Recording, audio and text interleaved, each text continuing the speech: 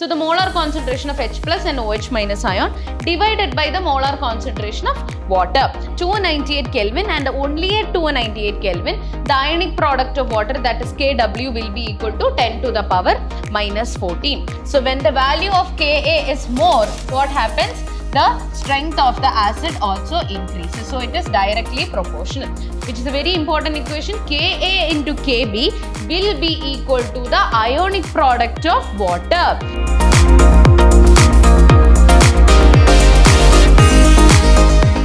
Hello everyone, this is Ambli Unnikrishnan from the Department of Chemistry. So today we are back with session 7 of the chapter Equilibrium. So in the last session, we discussed about Lewis theory of acids and bases as well as some numericals based on equilibrium constant were also discussed in the last session, right? So in today's session, we are going to discuss about ionization of acids and bases, right? Dissociation constant of weak acids or ionization constant of acids, Ka, and dissociation constant or ionization constant of weak bases, which is called as Kb, and what are polybasic acids and what are polyacidic bases we are going to discuss, as well as the factors affecting acid strength and about pH of a solution also we are going to discuss in this session. Okay, so to begin with, ionization of acids and bases. So before studying about ionization of acids and bases and the ionization constant of acids and bases, first let's discuss about the ionic product of water. Okay, ionic product of water. So dissociation means what? First of all, when a molecule or a compound dissociate into its constituent ions, right? So water is considered as a weak electrolyte. So weak electrolyte means some amount of water gets dissociated into its constituent ions. That means water will get dissociated into H plus and OH minus ion, right? And it is a weak electrolyte means it is not getting completely dissociated into H plus and OH minus. So that is why you can see at the same time H plus and OH minus will combine and form back H2O. So that's why you can see a double arrow here which shows that it is under equilibrium, right? So this is called as ionic equilibrium. So it is a weak electrolyte and it undergoes partial ionization and can be represented in this form. Okay, so this is what you can see from here.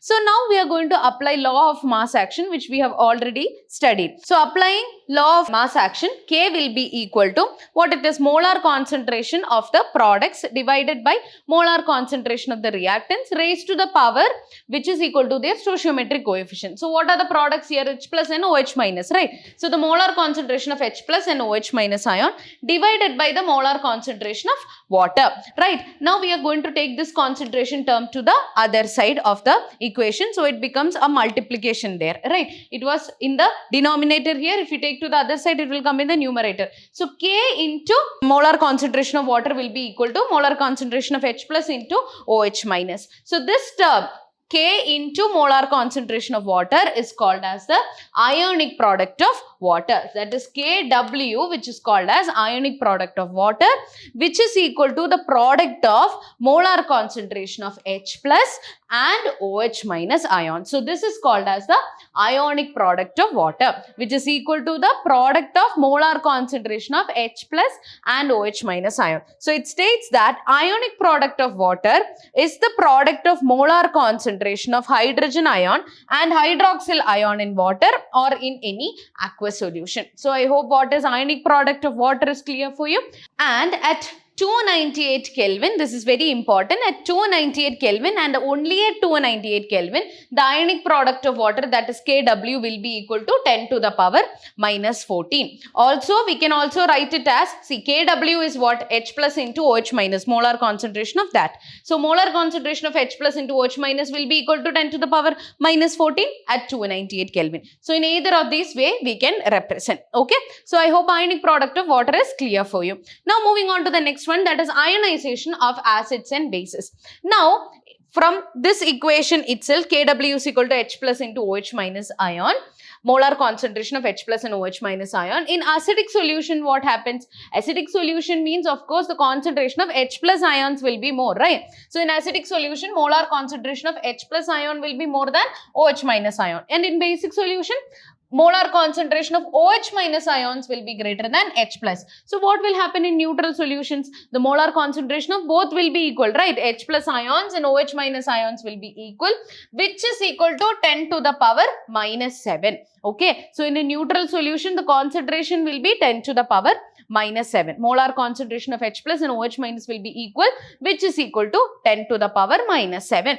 Now we are going to study about the dissociation constant or ionization constant of a weak acid, which is represented by the symbol Ka. This small a stands for the acid and K is the ionization constant. Okay, so now we are going to consider a weak acid, which is Ha, ionized partially in water and which is represented by this given reaction. So Ha is the weak acid here, right, which dissociates into H plus and A minus ions, okay, which partially dissociates into H plus and A minus ion, and it is happening in presence of water. So that means Ha as well as water is present here.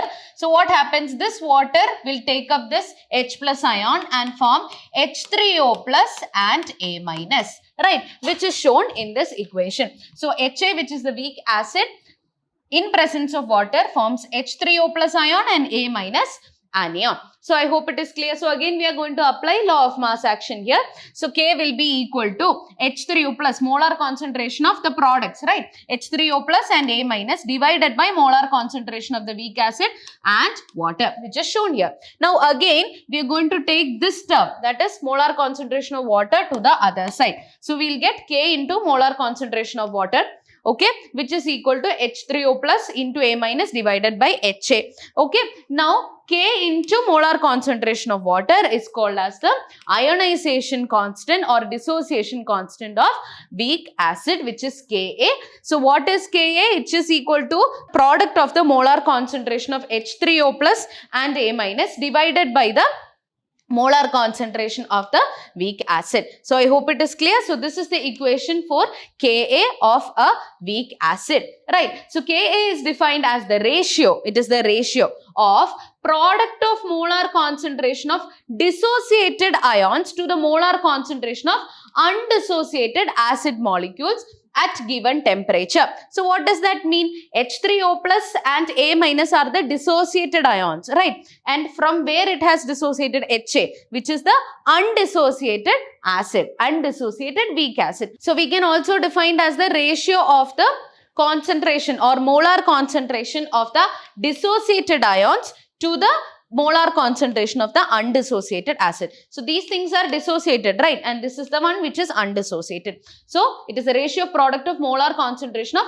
dissociated ions to the undissociated acid molecules. Okay, it shows that larger the value of Ka, okay, when the value of Ka is large, the stronger will be the acid, and smaller the value of Ka, weaker will be the acid. So when the value of Ka is more, what happens? The strength of the acid also increases. So it is directly proportional. When the value of Ka is more, strength of the acid will be more. The acid will be a more strong acid.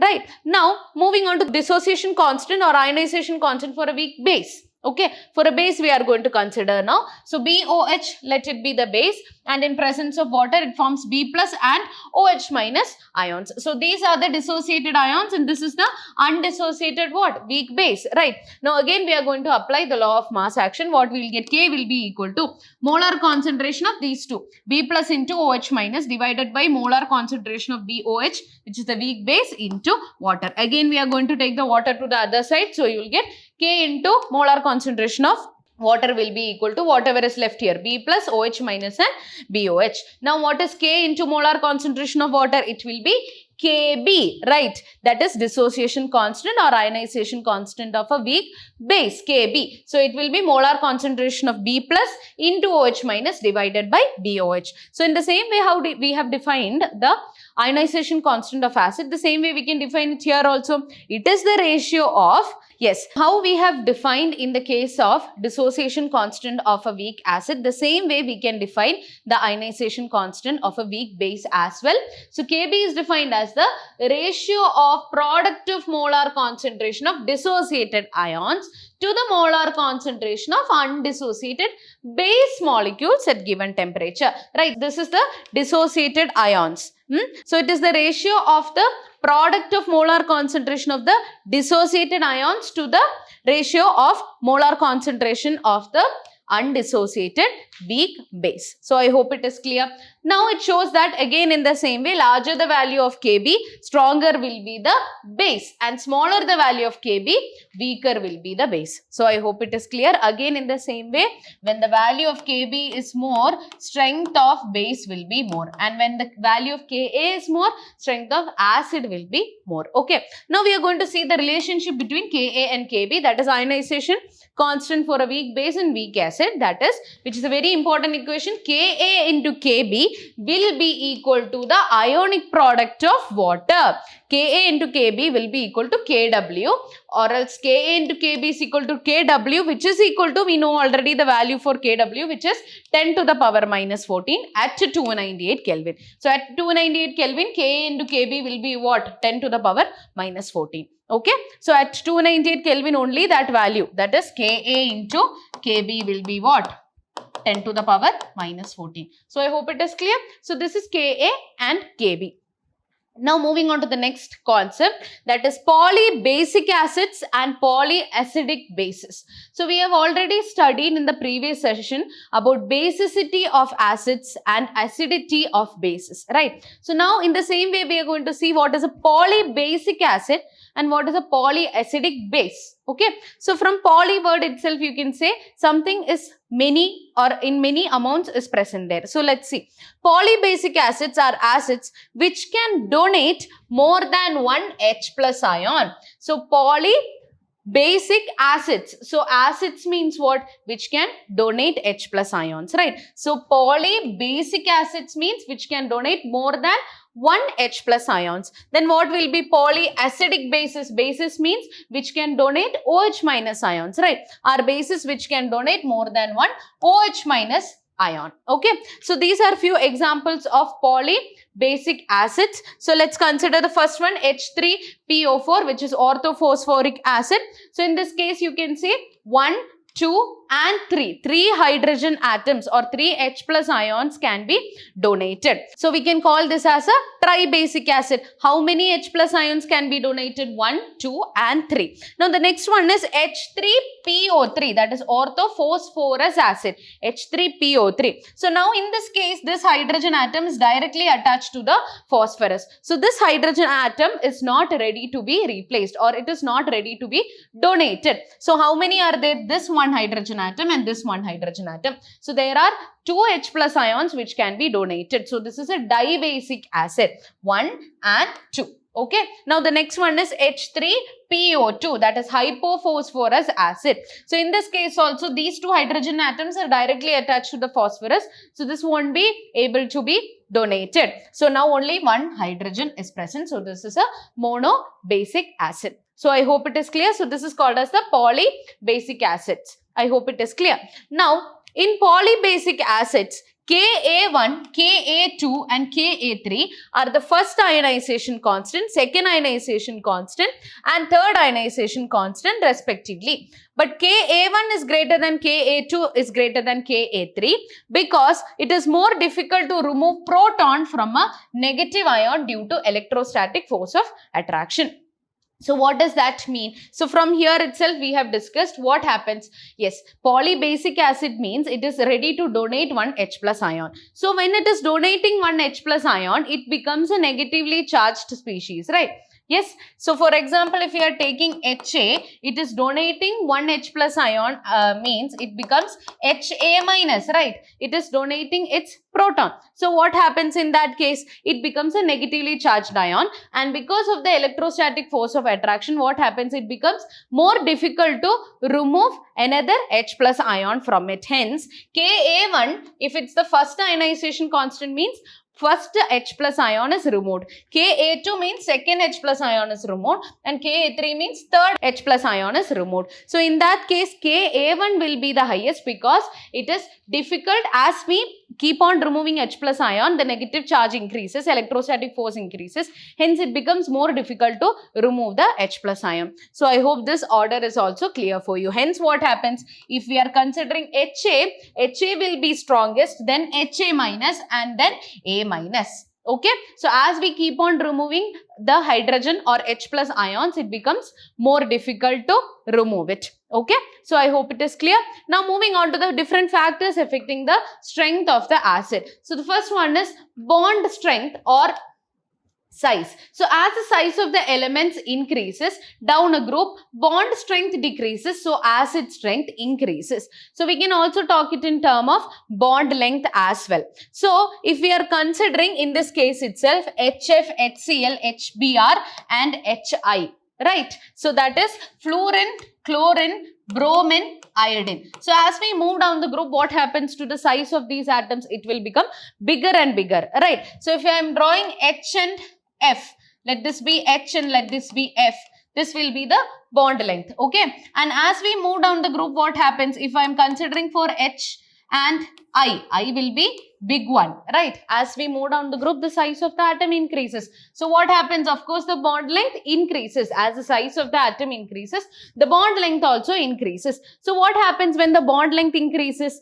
or the size of the atom increases? Yes, the electrostatic force of attraction decreases and it becomes easy to remove one electron or easy to remove a proton from it, right? As it is an acid, it should be ready to donate its H plus ions. So as its size becomes more, it is easy to remove the H plus ions. Hence what happens? The acid strength also increases. So as the bond length increases or the bond size or the size of the atom increases, the acidic strength also increases. So I hope that point is clear for you. The next one is polarity or electronegativity. So as the electronegativity increases in the same row, polarity of the substance increases, therefore acid strength also increases. Okay, as the electronegativity increases, we already know which is the highest electronegative element. It is fluorine. So when the electronegativity increases, the polarity between the bond will be very high. So in that case, what happens? The acid strength increases. So in this case also CH4, NH3, H2O and HF. You can see it is carbon, nitrogen, oxygen and fluorine. So if you are comparing these four, fluorine is the one having highest electronegativity. So of course, which one will be the acid having highest strength? It will be HF. So you have to see the elements which is present, whichever is having the highest electronegativity, that will have the highest strength. Okay, and in this case, whichever is having the highest size or bond length, that will have the highest acid strength. So I hope it is clear. Now moving on to the next one, that is pH of a solution. Okay, so you are already familiar with what is pH. It is used generally to calculate the acidity or basicity of a solution, right? Okay, so it is the negative logarithm to the base 10 of the molar concentration of H plus ion in a solution. Okay, so that is the equation to calculate pH. So you are already familiar with what is pH, right? For acidic substances, it will be less than 7. For basic substances, it will be more than 7. And if it is equal to 7, if the pH value is equal to 7, we say that the solution is a neutral solution, right? Okay, so the equation to calculate pH is minus logarithm of molar concentration of H plus. Okay, or else you can, as minus is present there, you can put it in the denominator also, as well as write as pH is equal to log to the base 10 1 by molar concentration of H plus. And pH scale ranges from 0 to 14. 0 to 7 it is acidic. The value, if it is less than 7, it is acidic. As we move towards 0, the acidity increases, right? And 7 to 14 is basic. As we move towards 14, the basicity will be more. And pH of blood, the value is very important. It is 7.35. So it is a slightly basic. I hope it is clear. Now, what is pOH of a solution? It is a negative logarithm to the base 10 of the molar concentration of hydroxyl ion. The same way as we have written pH, pOH will be minus log OH minus concentration, molar concentration of OH minus. And at 298 Kelvin, pH plus pOH will be equal to 14 in neutral compounds or neutral solution. Okay, so that means pH plus POH will be equal to 14. So if this is equal to 14, in neutral solution what happens?